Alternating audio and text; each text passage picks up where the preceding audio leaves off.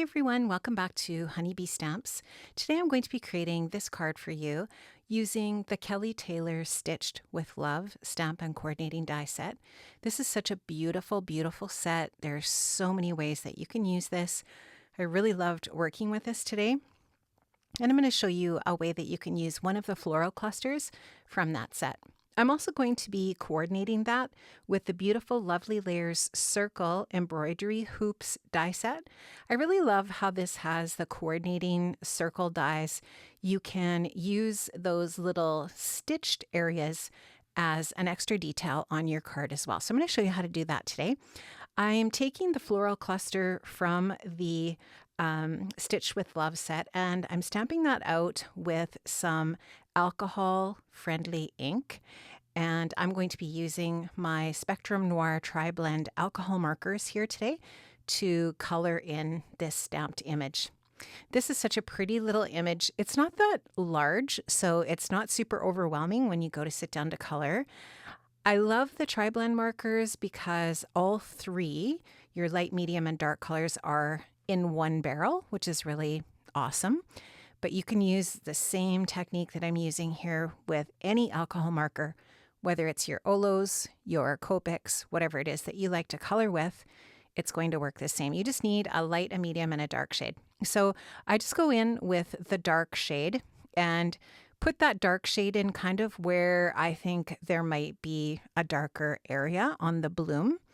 And this is just to simply create some depth and dimension in the coloring. It is not meant to be super realistic. I'm not a professional colorist like the Kelly Taylor is, but I really, really love coloring with alcohol markers, and you don't have to be a professional colorist to do a good job with alcohol markers.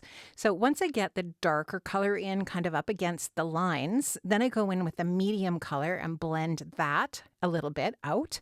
And then I go into the leftover white space and go in with the lightest color. And in that way, you get a dark, medium, and light blend on your image, creating that depth and dimension that you might like. And then if you want, you can go back in and add more of the dark, which you'll see me here doing. Once I've colored in with my three shades, I often go in and deepen up some of the darker areas, the shadow areas. So I'm going to be using, the colors I'm going to be using are the burnt orange blend. I'm going to be using the green turquoise blend, the blue turquoise blend, the coral blend, light green blend, and the citrus blend. Most of what I'm using here are the brush markers, but you can also get the Spectrum Noir markers in a bullet tip as well. The gray barrels are the brush and the black barrels are the bullet tip. And the bullet or the brush tips work very much like a Copic or an Olo brush tips. So like I said, if that's the brand that you have, whatever brand you love, you can get the same results here. So you can just see here again, I'm going in with the darkest shade to start off at the kind of the base of the leaves, and then I'll blend that out with the lighter shade. And I actually ended up going in with the citrus blend after I'm done with the light green blend, and I'll go over that darker green with the yellow in a bit. So this is the coral blend. I'm just going to dot the little berries with the coral blend, and I'll go in with the darker end or the darker shade of the coral and just add kind of like a little dot of shading, and then I'll take the lighter color and blend that out. And the berries are pretty tiny, but the nice thing about a brush tip marker is you can just use the very, very tippy tip of the marker and you can get into some really, really tiny little areas. Here you can see I've decided that I want to create a little bit of a highlight on my leaves, and a great way to achieve that with any of your alcohol ink colors is to go over your green with a yellow. Now, the beautiful thing about this Stitched with Love set is there is a coordinating die set, of course, and you can see how there's a coordinating die set for the sentiments as well as the floral clusters. Love that. And then, of course, you do get that embroidery hoop with this set as well, which is perfect. So like I said before, this set is gorgeous. I love it. There's so many ways that you could use this. So here you can see I've die cut out the large embroidery circle from the Lovely Layers Circle Embroidery hoops. And I just wanted to show you a different way that you can use this. So you've probably seen lots of samples from the design team where they actually created a look with this die that looks like embroidery, which is super, super cool. So you could actually stitch on this with thread or whatever, but I wanted to show you how you can use it as a layering piece. I did use my Lovely Layers Heart Vines die, as I often do, as a layering element on this card. And I actually die cut that from some white glitter cardstock. I think that was an Altenew Moonstone maybe is what I used there. I'm going with some clear Wink of Stella over the flowers. That's going to give them just a little bit of sparkle and shine.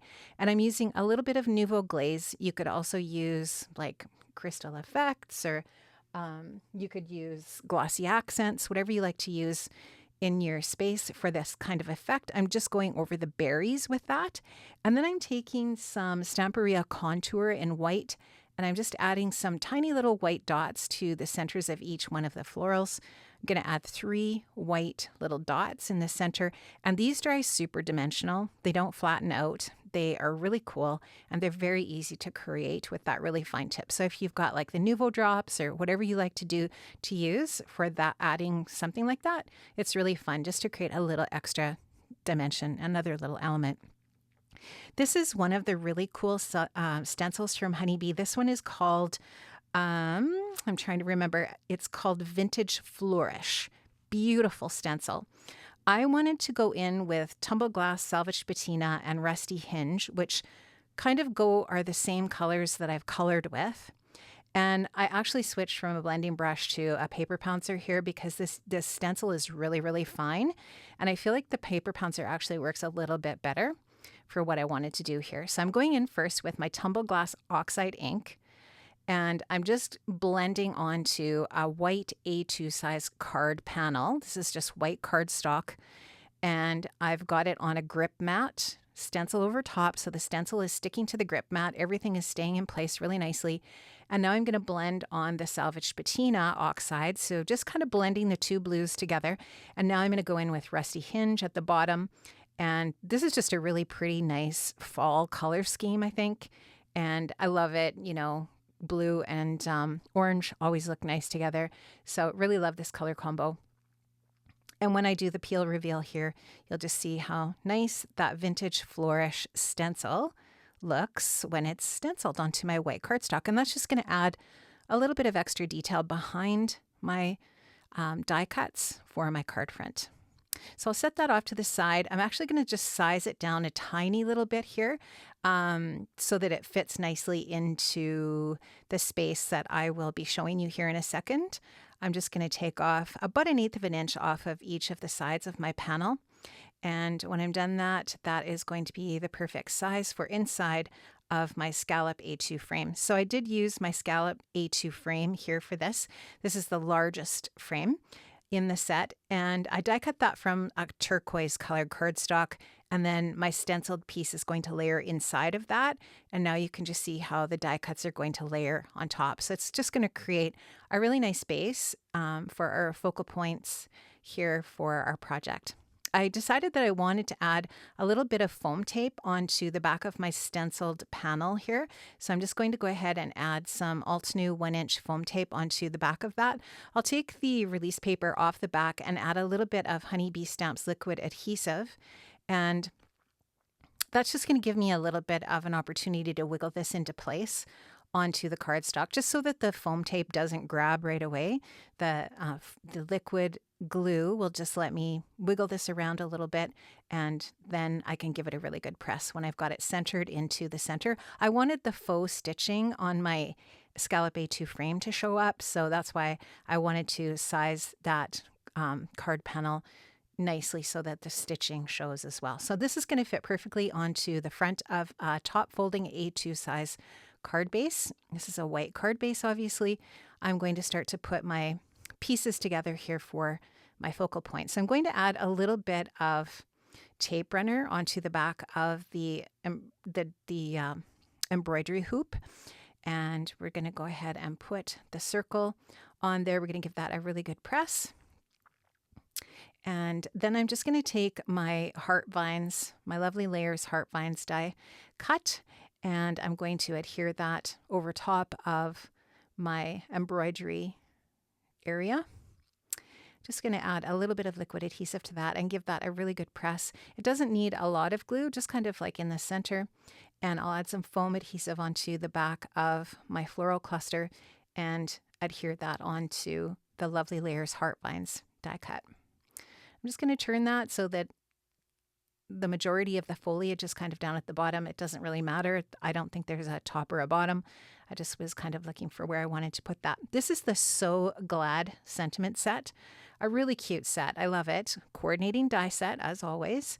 And I'm going to use the hello, the stitched hello from that as my sentiment here. I'm just going to stamp that out onto some white cardstock. I'm using a slow drying ink here because I am going to add a little bit of clear embossing powder over top just to make this super shiny, a little bit dimensional. Just looks a little bit more finished, I guess. I'll go ahead and heat up that clear embossing powder so that it melts, and then I'll die cut that with a coordinating die so that we have this really cute little black stitched hello. I'm adding, or I have added, some foam squares onto the back of that so that it will be about the same dimension as the floral cluster on the card front. I'll just take my honeybee tweezers and get that into place on the card front, and that is going to finish off my card. I hope you enjoyed watching today, friends. Make sure you check out the description box below for a link for links to all of the different products that I've used from the Honeybee shop. Make sure you hit that subscribe button and that thumbs up if you enjoyed the video today. I'll see you again next time here on the Honeybee channel. Have a wonderful day, friends. Take care.